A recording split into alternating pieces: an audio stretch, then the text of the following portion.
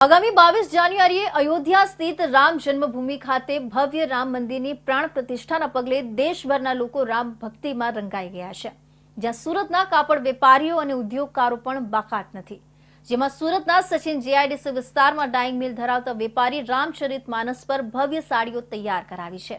જેમાં અલગ અલગ ચિત્રો અને લખાણ વડે ભગવાન શ્રી રામના જીવન ચરિત્રની ગાથા દર્શાવવામાં આવી છે। 22મી જાન્યુઆરીએ અયોધ્યા સ્થિત રામ જન્મભૂમિ ખાતે ભવ્ય રામ મંદિરની પ્રાણ પ્રતિષ્ઠા થવા જઈ રહી છે, જેને લઈને દેશભરના લોકોમાં ભારે ઉત્સાહ અને હર્ષની લાગણી જોવા મળી રહી છે। સુરતના કાપડ ઉદ્યોગના વેપારીઓમાં પણ રામ મંદિરની પ્રાણ પ્રતિષ્ઠાને ખૂબ જ ઉત્સુકતા જોવા મળી રહી છે। જાણે સુરતનો કાપડ ઉદ્યોગ પણ રામ નામની ભક્તિમાં રંગાઈ ગયો હોય તેમ અલગ અલગ પ્રકારની સાડીઓ તૈયાર કરવામાં આવી છે। જેમાં સુરતના સચિન જીઆઈડીસી વિસ્તારમાં ડાઇંગ મિલ ધરાવતા કાપડ વેપારી સૌરભ બુટાણી દ્વારા જે ભવ્યાતિ ભવ્ય સાડીઓ તૈયાર કરવામાં આવી છે, જે સાડીઓ અન્ય સાડીઓ કરતાં અલગ તરી આવે છે।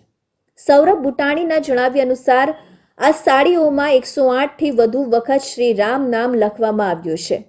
હિન્દુ માન્યતા પ્રમાણે 108નો અંક ખૂબ જ મહત્વ ધરાવે છે, જે વિચારથી સાડીમાં 108 વખતથી વધુ શ્રી રામ નામ લખવામાં આવ્યું છે।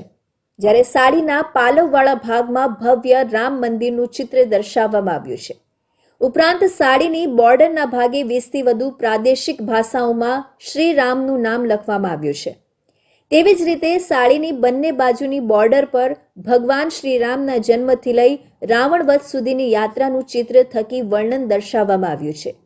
જે ચિત્ર આજની યુવા પેઢી નિહાળે તો રામાયણની યાદ આવી જાય તે પ્રકારનું સંપૂર્ણ વર્ણન સાડીમાં કરવામાં આવ્યું છે। બોડીના ભાગમાં રામચરિત્ર માનસના 350થી વધુ શ્લોક સંસ્કૃતમાં લખવામાં આવ્યા છે। આમ આગામી 22મી જાન્યુઆરીના રોજ ભવ્ય રામ મંદિરની પ્રાણ પ્રતિષ્ઠાના પગલે તૈયાર કરવામાં આવેલા આ 6 જેટલી સાડીઓ આરએસએસ, પીએમ મોદી, સીએમ અને ગૃહમંત્રી સહિત અયોધ્યા સ્થિત રામ મંદિર ખાતે મોકલવામાં આવશે।